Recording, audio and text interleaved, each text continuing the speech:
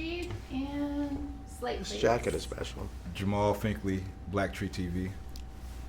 Great movie again, guys. Thank you. I'm not ashamed to be in love with this movie as old. There as I should am. be no shame. There should be no shame. We don't right? want you to come in here and be ashamed. We want you to come in here and embrace the frozen inside of you. There you go.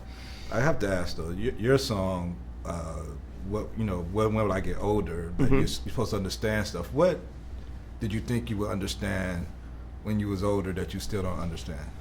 Man, that's a great question. I thought I would understand life. When you're a kid and you sort of look at like the hardships of the world and just like the fact that so many people have to suffer, and the fact that there's just so much happening outside of your control. I think I was naive when I was younger and I thought, oh, somehow when I'm older, I'll have a better sense of how to make all that better, or somehow I'll have a better sense of why it exists, or somehow I would try to fool myself into believing that stuff wouldn't be a part of life by the time I was older.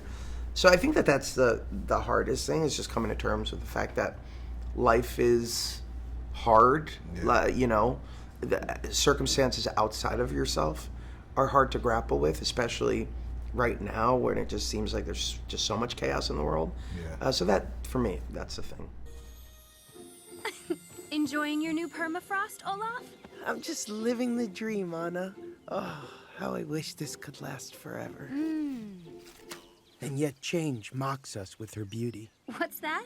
Forgive me, maturity is making me poetic. Tell me, you're older and thus all-knowing. Do you ever worry about the notion that nothing is permanent? No. Really? Wow, I can't wait until I'm aged like you so I don't have to worry about important things. This movie is like a new classic, but it's inspired by 1845, The Snow Queen. And I wonder, like, as far as contemporary work, what do you think would be something that in 200 years that we're doing today is going to inspire, new works? Great question.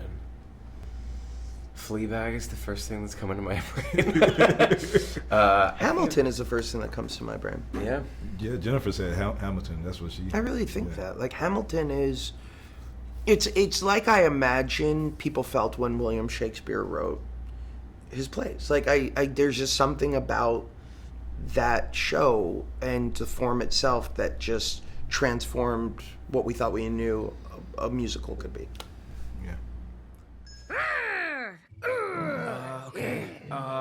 Lion, grizzly bear, monster, brown bear, angry face, black bear, Hans!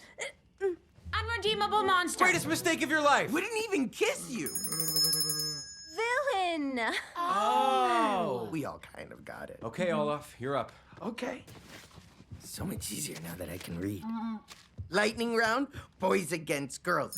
Okay, I'm ready. Go. Unicorn, ice cream, castle, oaken, teapot, mouse. Oh, Elsa! I don't think Olaf should get to rearrange. Doing these voices, I mean, I know this is the second time around with this film that you get to see yourself, but with all the technology and everything else, like, how amazing is it when you go and see your voice connected to the Disney magic on screen? What is that feeling like for actors? It's completely surreal. I went to a session when they were animating parts of Kristoff's face during the song that he sings in the second movie, and showing how they take little things that you do in order to hit a note and put it into the face of the character. And it was so impressive to watch the artistry with which they can transform the character's face and body and what they're able to do, and how they sort of like layer that into the face of the character. It's very surreal. A lot of great songs in this and a lot of great acting and voices, so appreciate you guys always. Keep doing your thing. We'll keep on watching. Thank you so much. Great to talk to you. Elsa, the past is not what it seems. You must find the truth. Go north, across the enchanted lands, and into the unknown. But be careful. This is such a great movie. I remember falling in love with it the first time, and this was no disappointment the second time.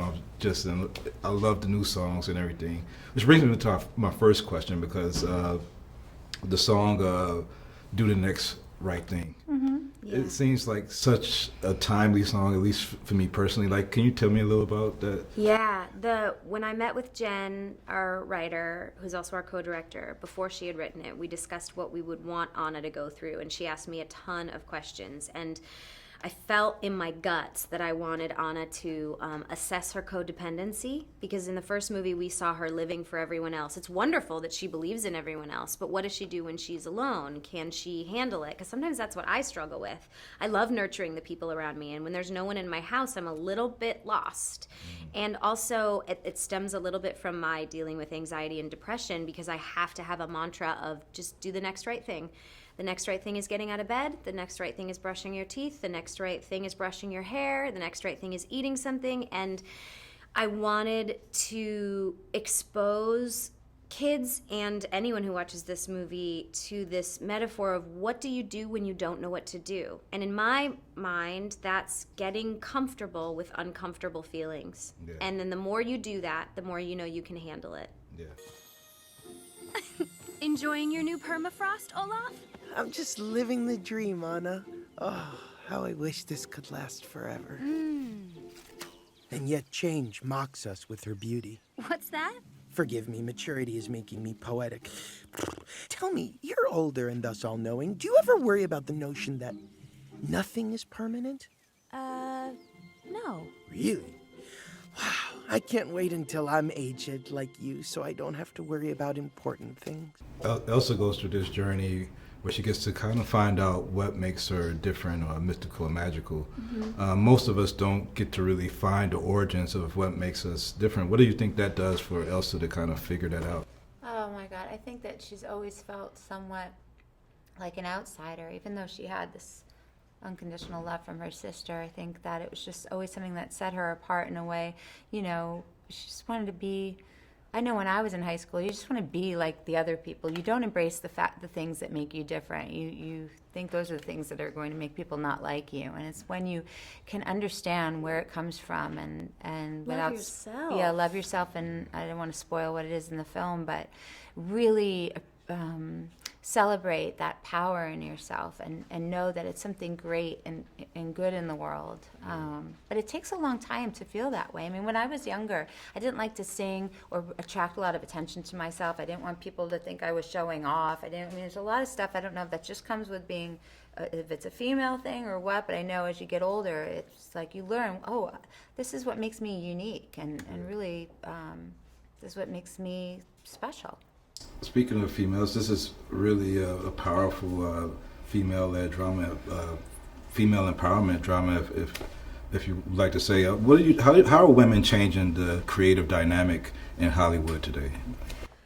Well, I think there are a lot of women working on bringing complexities to the surface, whereas previously, I mean, the world was dominated by men. It just, there were bigger and stronger and usually put first, and then there's been this sort of tidal shift of exploring what women's issues are, and then now I think the third layer of it is that we're realizing, oh, those are human issues. Men struggle with the same things about being vulnerable, finding your power, and there are some great representations, I think, which is the sort of, the next step in this phase we're all going through with humanity. Of there's some great representations of male behavior in this movie. There's some lines that Christoph had that just burst my heart. There's one line where he saves her in a moment where she's about to be hurt, and he doesn't say, I've got you, it's okay. He looks at her and says, I'm here, what do you need? Because it's in the midst of a battle, so there's still stuff to be done. He doesn't save her, he helps her. And then there's a moment in the end where Anna apologizes to him, and he looks at her and says, it's okay, my love is not fragile.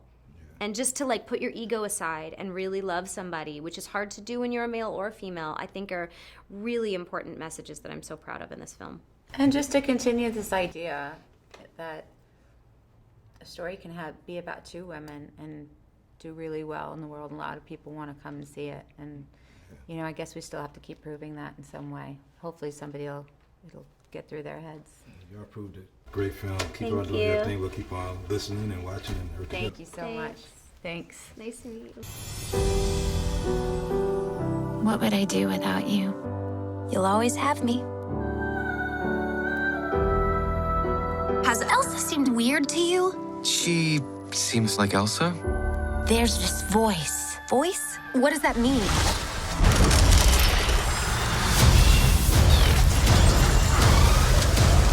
Head for the cliffs! I'm gonna blow! I've got you! The kingdom is not safe. So, Should we sing? let's sing. Let's sing. Okay.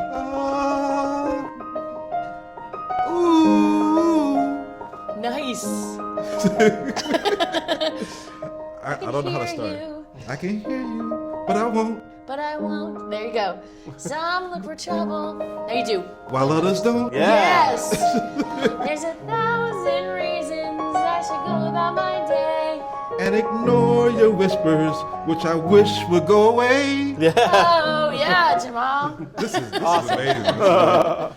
You guys did an amazing job. 7 new songs on this. I know the first time nobody could expect, Let It Go to be what it was. But how do y'all approach this one and have to not compete with that, but add to the lore of Frozen and give these great songs? Was it more of a challenge than your other compositions? I mean, it's always a challenge. Frozen 1 was a huge challenge, and we had no idea what it wanted to be. We had to figure it out with the team at Disney, Jen Lee and Chris Buck, and us, and a bunch of other amazing people.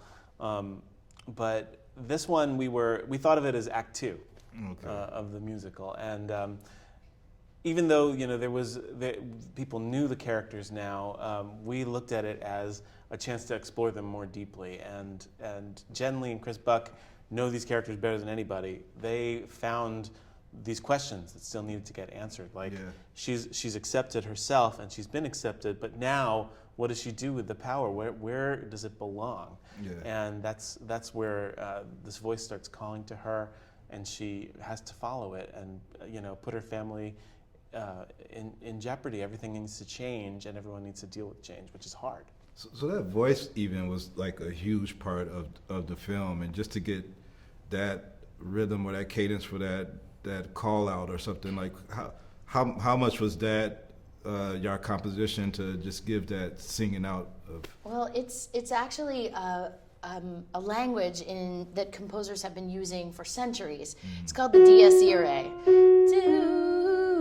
And it usually is a mythical call that sometimes mythical characters don't always get a happy ending. And Elsa is a very mythical person who has to face danger in order to find her place in the world. So that was sort of the basis of that call.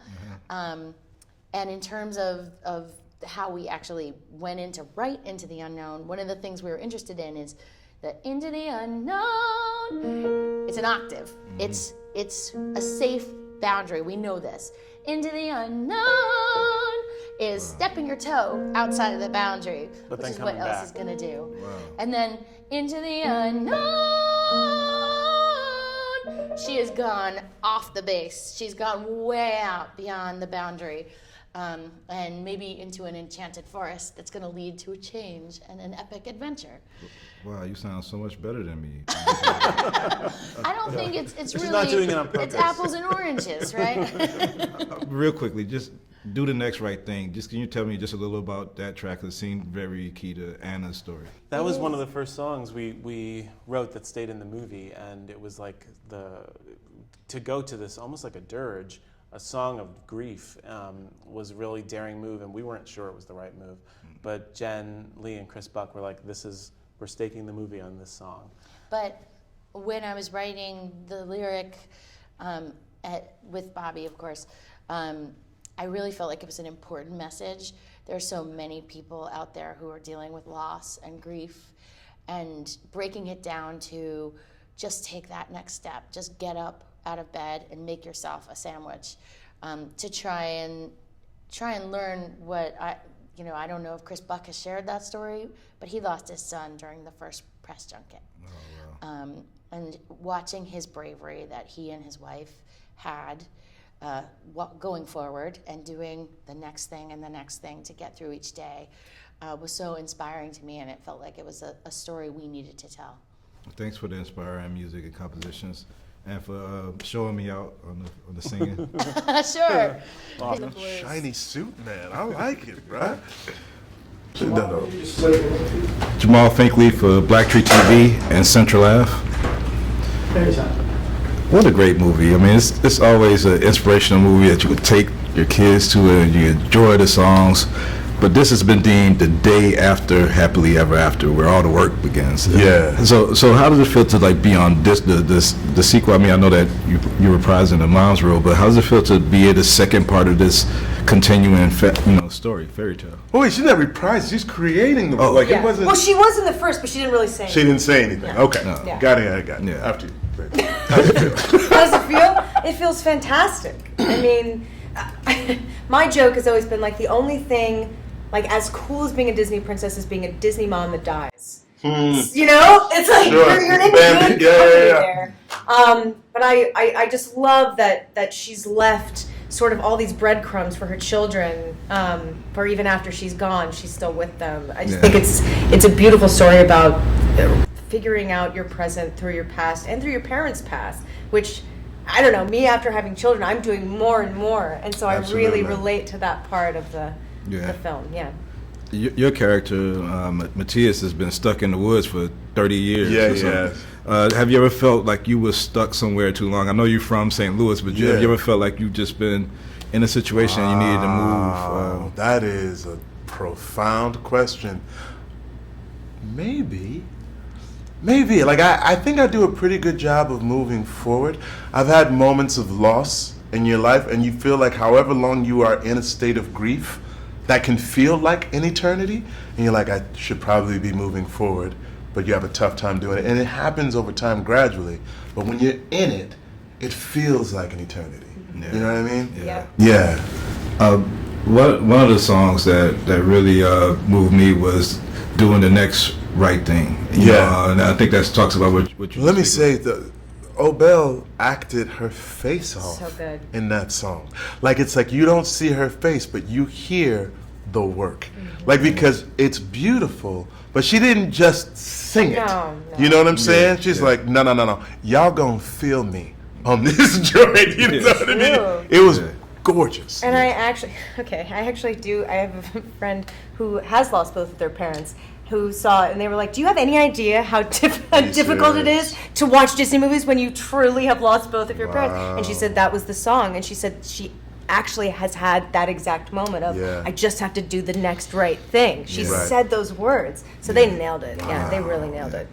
Also, this movie is also like a big women empowerment movie. The strong female characters. What do you think about Hollywood changing the creative dynamic with these powerful women's stories? I mean, I think the first Frozen had a big hand in that. I mean, they didn't know how that movie was going to do, and then it just obliterated everything. And I think it changed our ideas about what constitutes a successful princess film, or just films in general. And I love that they've kept the integrity of the first movie, where this isn't about finding your true love or getting the true love's first kiss. It's about finding yourself. And overcoming the grief and overcoming the obstacles, and it's about family and a different kind of love.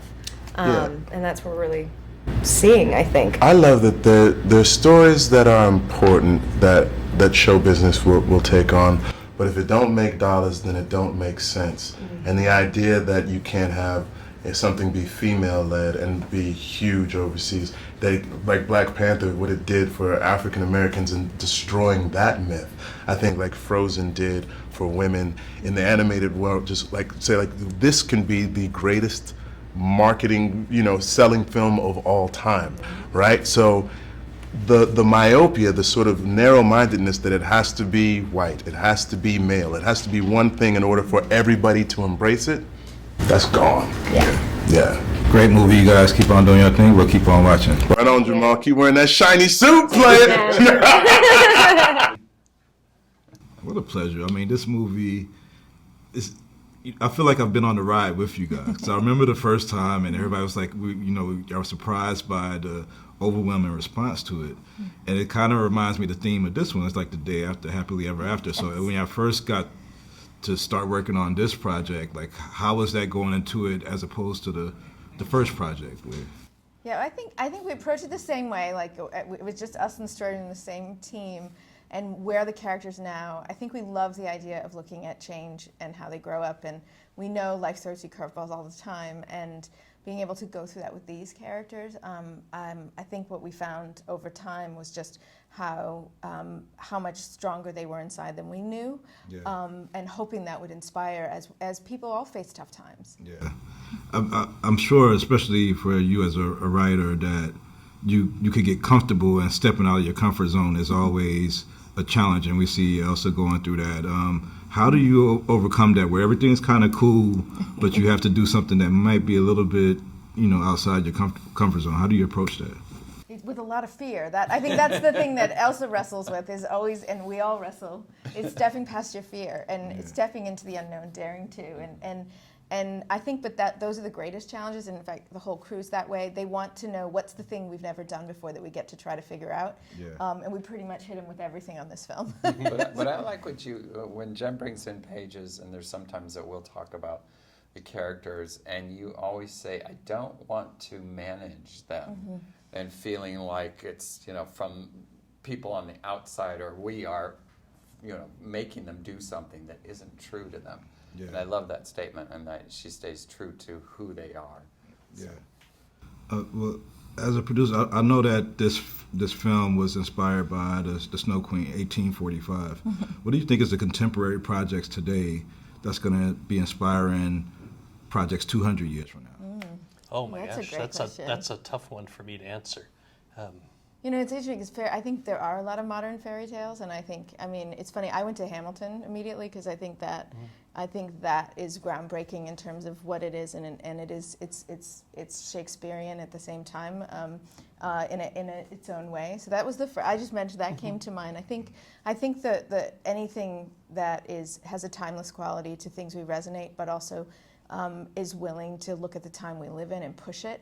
And I think so that's funny. I went to that, but there's so much, and we always draw from literature. I love fairy tales though, and fairy tales are about human struggle and perseverance. And so I think any story today that does that, hopefully will resonate always.